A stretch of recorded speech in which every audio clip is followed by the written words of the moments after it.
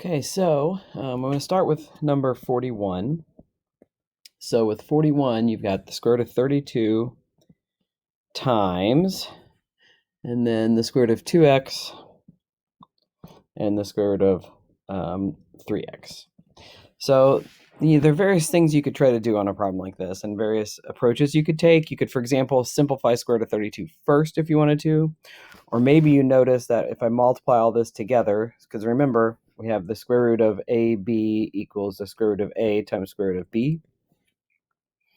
And so if you do this, then maybe you'll realize, wait a second, I could do this as 64, 32 times 2, x times x is x squared, and then times 3. So now when I take the square root of this, the reason why this was a nice way to do it was recognizing that 32 times 2 is a perfect square. Because now we just take the square root of 64, which is 8, the square root of x squared, which is x, and then what's left over inside the radical is square root of 3. We don't need to put absolute value on the x because this problem set told you at the start that you assume that x is positive.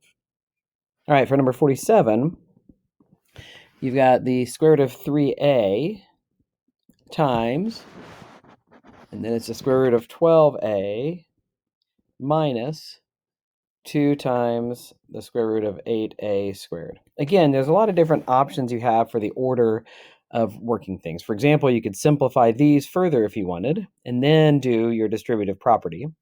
Or you can do your distributive property at the start. I'm going to choose to do distributive property at the start. That's going to give me 3a times 12a. They're both square roots, so we apply this property. That gives me the square root of 36a squared.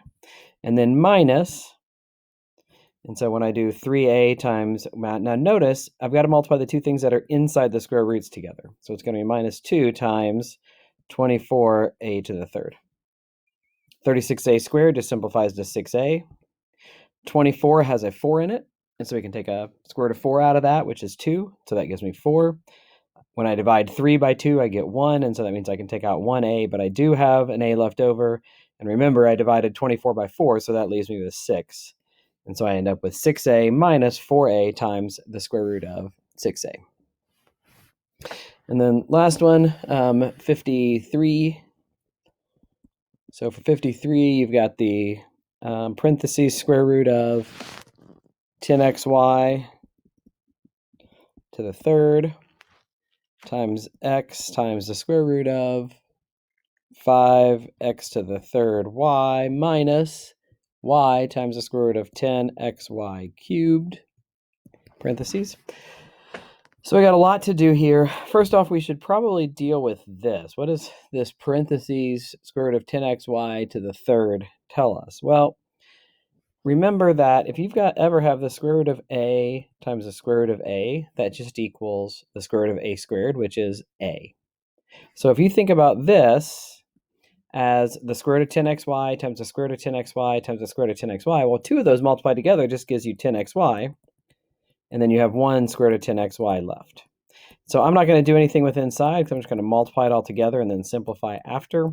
You could choose to simplify a little bit inside here if you wanted. The x cubed would come out of both of those, it looks like.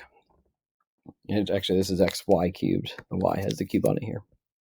So now I'm going to do distributive property. So I'll multiply this times this. So 10xy times x is 10x squared y. Remember, things outside the square roots get multiplied together. Things inside the square roots get multiplied together. And that's going to be times 50x to the fourth y squared.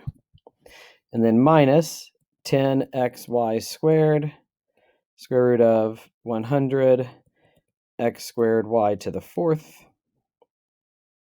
Now I'm going to go through and simplify these. Square root of 50 has a 25 that goes into it, so I can take a 5 out front, which gives me 50.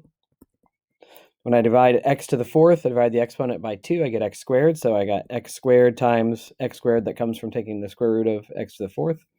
Gives me x to the fourth. And then the square root of y squared is just y, and then I've got a y here, so it gives me y squared, right? Y times y is what that essentially turns out to be. Then for this one, square root of 100 is 10, so that gives you 100. Same thing we did before, except that it's reversed. Square root of x squared is x, so that gives me x squared. Square root of y squared is y, or y to the fourth is y squared, and so y squared times y squared is y to the fourth. So the answer turns out to be 50 x to the fourth y squared minus 100 Oh, and then there should be a square root of 2 here because I took a 25 out of this, but I had a 2 left over. So 50x to the fourth y squared times the square root of 2 minus 100x squared y to the fourth.